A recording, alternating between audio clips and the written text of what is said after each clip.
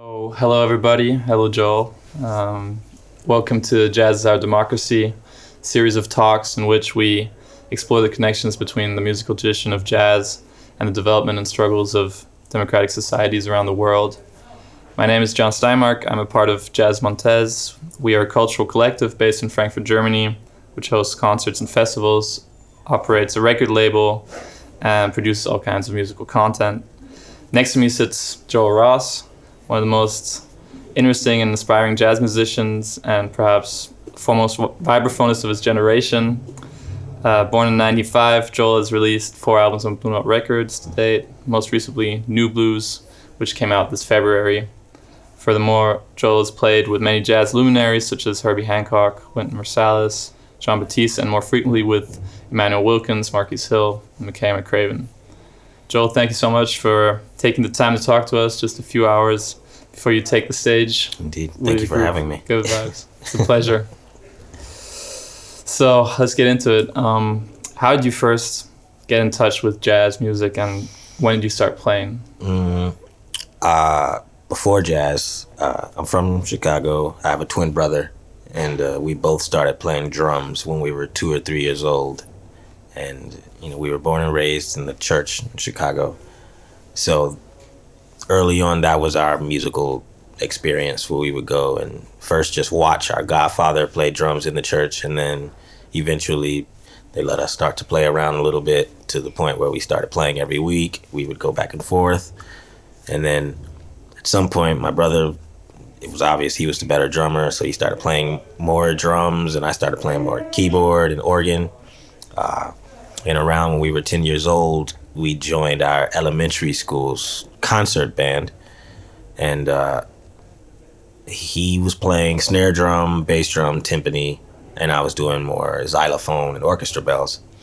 That same year in Chicago, we both auditioned for an all-city program for their concert band, got in for those respective instruments. And then we also auditioned for the jazz band. And before that, we hadn't really played much jazz, any jazz really. Probably you heard it on the radio just because our parents listened to just about everything, but didn't really spend a lot of time with it. So when we were 10, that was the first time. So we both auditioned for drums for that program, but because I was playing mallets, xylophone and everything in the concert band, they suggested, why don't you play the vibes? And I didn't want to do that. I wanted to play drums, but at the strong encouragement of my father and the percussion instructor, I started playing vibes. So that year, that's the same year I started playing vibes and playing jazz. Oh, that's interesting. How do you look back on getting your musical start playing in the church? How would you describe that sort of musical background experience for someone who might not know how it's like to play in the church in Chicago? I think it's integral to what I do now. I can recognize how much having that as a foundation has helped craft the vision I have now as a musician and especially as a band leader. Because the focus as a musician, as a part of a band, and something my parents made sure we understood early on was that when we're going to perform, it's not for us, it's not for self. We are coming to work together in this ensemble for a higher purpose. To set the scene for worship, for fellowship, for the betterment of everyone there. And that mindset, plus a general love of music, is what I believe has helped me and my brother navigate all these musical situations where a lot of other people might be dealing with different insecurities musically or dealing with feeling like the need to compete.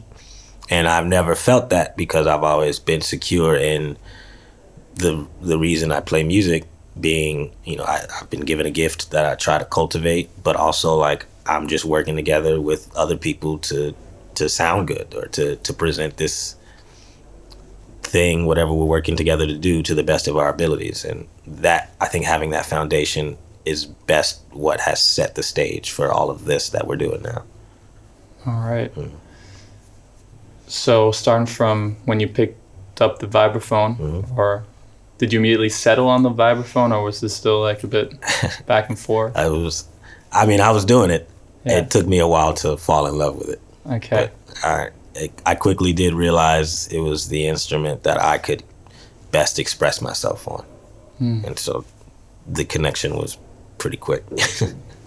How did you feel that? How did you know that you could best express yourself on that instrument? Well, it allowed my brother and I to be able to play together, and I was just better at it than piano for sure. You know, because I was already used to mallet instruments. That's really what I was gifted at, I think, at the time. And we played in school and in these programs so much that I just did it all the time. And then we would go to church and we'd sometimes go back and forth on drums, but that's where I was learning more keyboards and piano and stuff. But the bulk of my playing from 10 years old to when I graduated at 18 was playing the vibraphone, playing mallet instruments generally. Some piano here and there, snare drum etudes. We had classical, classes that we had to practice and some formal and marimba stuff, but we were mainly like the jazz cats, and I was playing vibes and he was playing drums. What was interesting for you in discovering jazz that, like you said, turned you into a jazz cat rather than, staying really mainly rooted in the church? It's not that we didn't stay rooted in the church, because up until I moved away from Chicago, we were there every week playing. We were just, the music is, they're different languages or dialects, if you will. So if anything, we were just learning the language of jazz, improvised music, Black American music. And that's still the journey that we're on. It's just recognizing how deep this language can be, how much freedom is afforded in this language once you learn how to speak it, and how the people who helped create different aspects of the language, when it comes to improvisation or building lines, or how the blues plays a part in it, or composition. It's just learning that language. But I also then recognize how similar it is to the music that I was playing in church.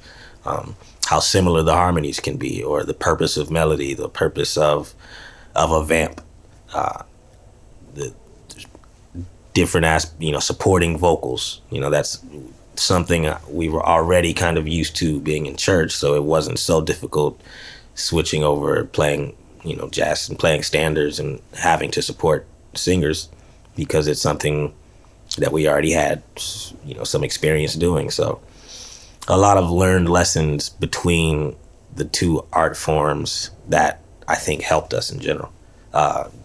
Growing up in the church, we learned music by ear mainly. But then once we got to school and once we started playing jazz and started reading and everything, that we had that experience of reading music and eventually writing music and having to learn people's original music. But I noticed that because we both were used to utilizing our ears as well, we could lean on that skill as well, which I think helped us learn music quicker, learn certain musical ideas or things like that a little quicker, and internalizing rhythms, internalizing chordal patterns. My brother, he has perfect pitch, so we'd be somewhere and he'd tell me what key it's in real quick so I can join in with him, or just me, if not, me having to use my ear to figure out what we're doing, figure out chord changes and learning melodies by ear and all this stuff. All right. So taking off from those teenage years when you started to really get into jazz, could you just briefly take us through your musical journey to up until where you stand now as an artist? Yeah. So after I left Chicago when I was 18, I moved to California and did 2 years of school in Stockton, California, which is Northern California, about an hour outside of Sacramento, in a small program called the Brubeck Institute, where vibraphonist Stefan Harris was like sort of the artist in residence there. And what it was basically like a quintet, 5 of us in a very specific like it was that group, and we were working on performing and writing music mainly. And Stefan would come every so often, or I'd do these Zoom lessons on a big screen, and that was the first time I had a dedicated vibraphone instructor. And so I did those 2 years, and basically worked, I just practiced and wrote music because there was not much else to do out there.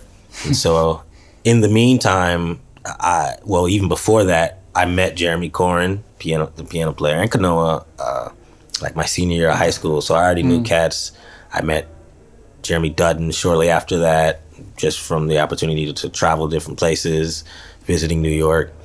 And so I already knew a lot of people already. So after those 2 years, I moved to New York, started working quickly with one of my closest friends, James Francis, who Jeremy Dutton went to high school with.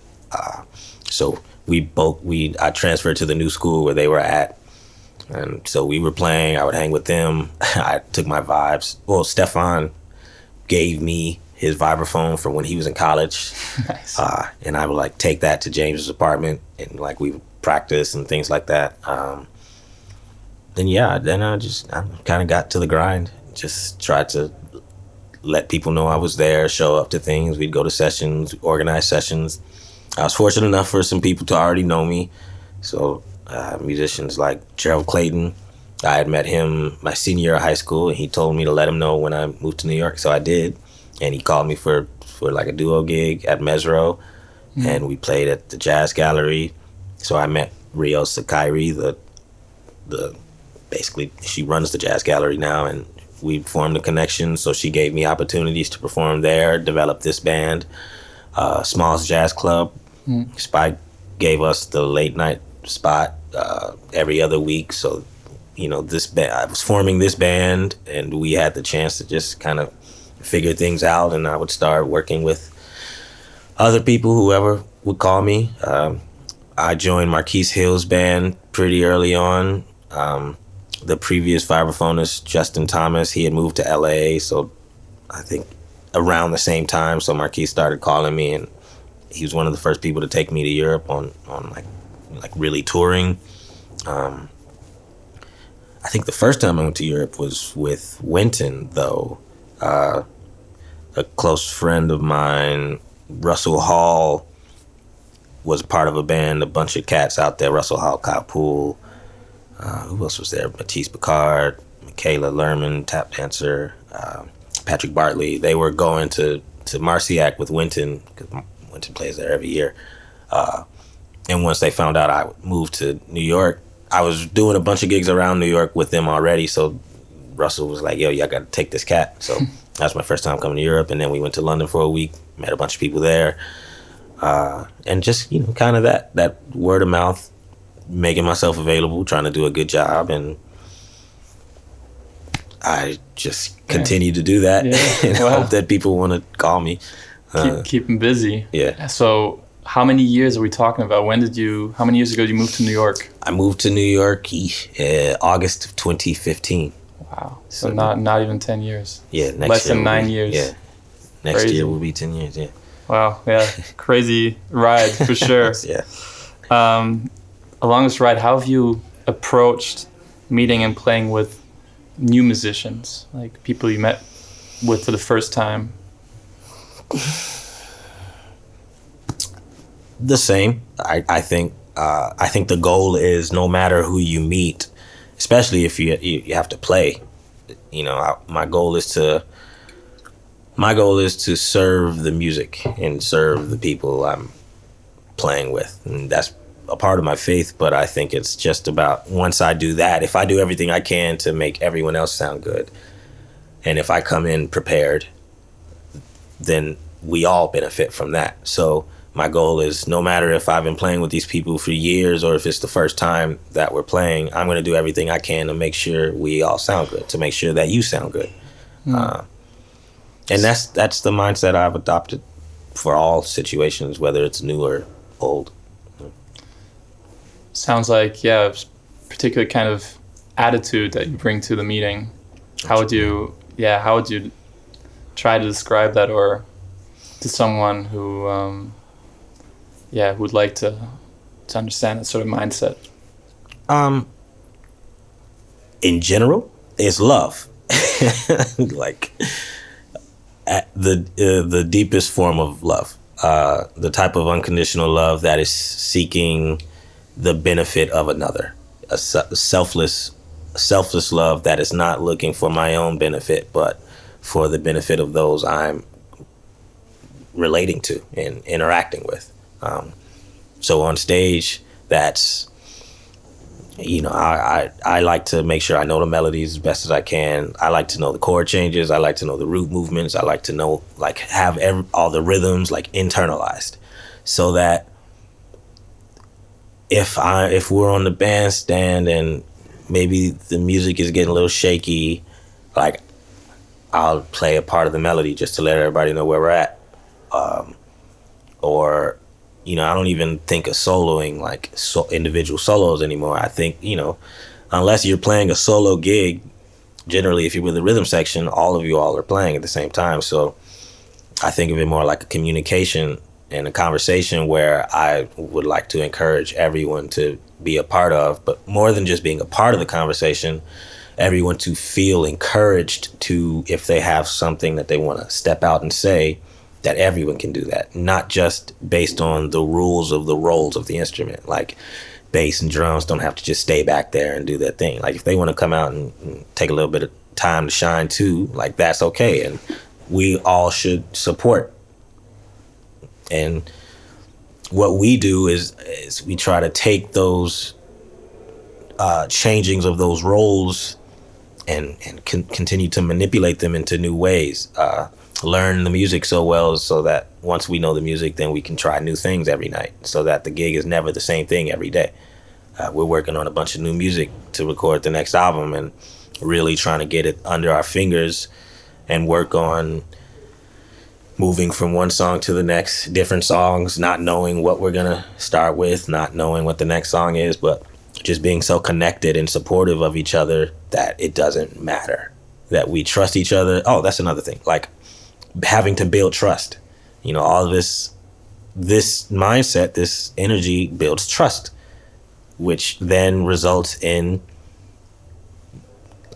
like more love, basically. And it results in a better situation that I think, like we were just talking about this, an audience, they may have no idea what we're actually playing, but if we are doing our job well enough of connecting in that way, all the audience can tell is that they are connected, and whatever they're saying is coming across. I may not know exactly what they're saying, but I can tell that they're saying it together and they're working together and they're enjoying doing this thing together. That's what I want everyone to feel, to the point where it doesn't even have to be musical. It's just seeing that energy, taking that mindset and applying it to who we are as people in our everyday lives. I want to encourage everyone to be a little more selfless, a little more thoughtful of other people, a little kinder, just in life in general. Because the person that you are feeds into whatever activity that you do, whether you're a musician or a visual artist or a chef or a stonemason, Yeah. Cool. Yeah, you mentioned Wynton Marsalis earlier. Mm-hmm. He spoke of jazz as the perfect metaphor for democracy. Mm-hmm. Does this mean anything to you? Can you relate to that statement? I think it's the same thing. Democracy in the sense of everyone has a say, everyone has a vote, everyone has a place, and we're sharing this space with the common goal of working together and to present this thing that, when done and when worked together with and at the highest level, transcends all forms of like hate. I think, it doesn't matter who you are, where you're from. If we're all focusing on doing this thing together, speaking this language, sharing this thing, then like you got it. There's like, it doesn't matter who you are, where you're from. So if you look at society today, our societies are theoretically democracies. Mm-hmm. Do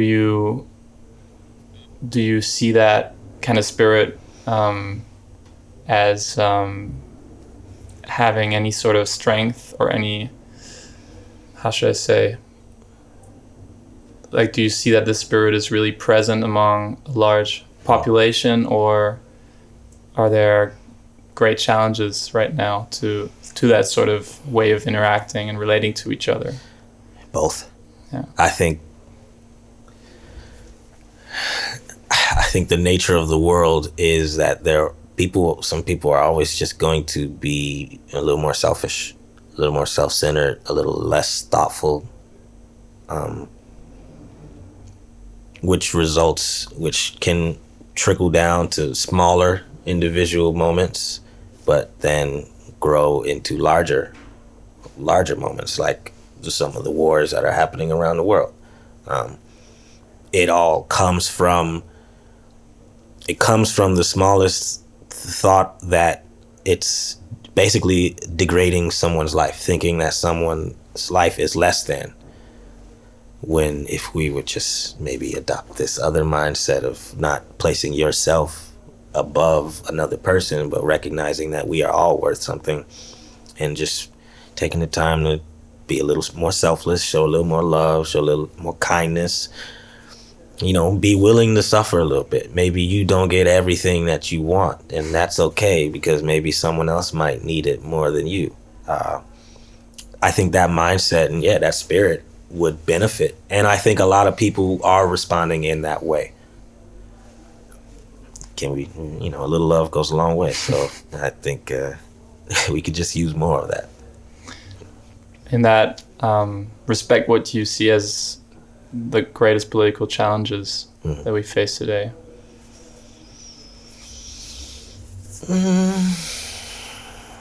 I don't know. I can't speak on the greatest political challenges, because I think the biggest challenge just comes from people in general. At the end of the day, I just see everything as how people relate. Politics, sports, music, anything. We're all people, and all of it is built on how we're relating to each other. So I think the biggest issue is, are we respecting our fellow human or not? Are we showing love to our fellow human or not? A lot of people aren't. Do you have some concrete examples for how we could do that more? Some actions we could take to further that cause?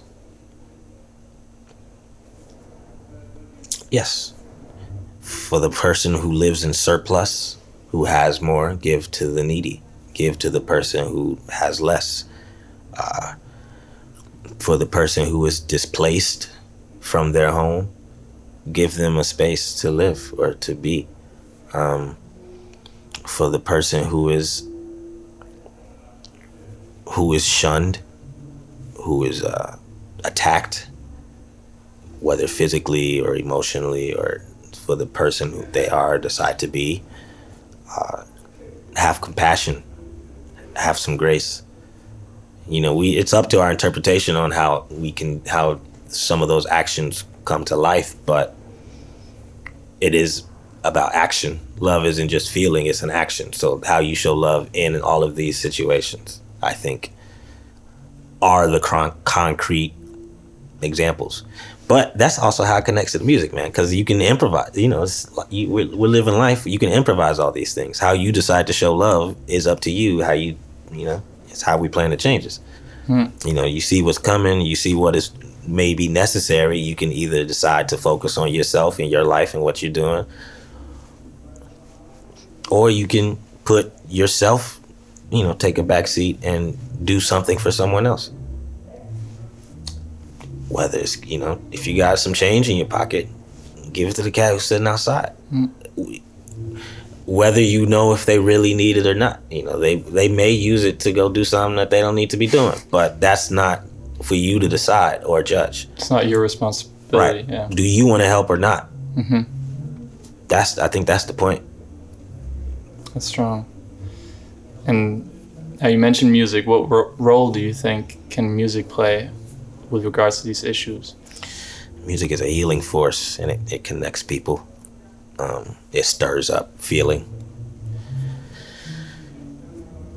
And it's a release, too. Y'all already know. People use music to relax, to encourage, to heal, to comfort, to speak. So I play music for myself, yes, because I love it, but I also play music and recognize how I can use music to lead by example in a way. So the way that I interact on the bandstand is leading by example. The way that I craft my albums is trying to lead by example. The message that I'm trying to present through these actions is trying to lead by example to people who are taking in the music, but also to musicians who are coming up after us, to younger musicians, trying to let them know, what it's about. How just maybe consider coming at it from this way instead of just focusing on your solos and the lines and transcribing and da-da-da. Nah, like, what type of person are you? Person that you are is the player that you are. So, keep that in mind and spread that. And if one person can just encourage or influence another person and that keeps happening, then that can spread. So if one person can adopt this mindset of maybe I can be a little less selfish, show a little more love, and each person can do that, then that can travel around the world. And that's what we're out here trying to do. Some ambassadors for love. I like that. How do you convey these ideas in your music, through your music, and is there something to especially pay attention to when listening to your music? It's funny, like my first 3 albums, I noticed that people complain because they feel like I'm not playing enough. To them, it sounds like I'm not playing enough, but I don't think, like, if you really pay attention, I'm like playing all the time. I'm just playing in a different way than how it's usually expected because I'm choosing to support the music in a different way. Because I don't care about just soloing and being up front. So that's been a way I've been deciding to do that. Just like I don't care about being the cat up front. I feel like the fact that I'm able to record this music with a band is a representation of myself. So what I'm trying to show through the music is putting everyone else ahead of myself. I don't know if people recognize that now. It may take them 20, 30, 40 years, or they may never. But, that's one concrete way I'm definitely trying to share selflessness. I don't know. I always like to put bass solo at the top of the album, because bass usually don't get enough love. Like, give a lot of attention to the rhythm section because they are the supporters. They carry. And they don't always get enough love, in my opinion. So I'm like, I'm also biased. My twin is a drummer. I love drums. I love the rhythm section. So I put a lot of energy into that. But even for like my large ensemble parables with the horns, I tell them like, the rhythm section is not the only one who has to comp. Like, we all can accompany. We all should. It's this exact mindset. We all should be supporting each other. And that's the idea behind the music. We are trying to make enough space for each other and for everybody to then feel encouraged to express themselves. And when that is done at the highest levels that we can achieve, then there is a new, maybe not new, but I would say there's a clear form of relating and relationship that is expressed and is able to be heard and received.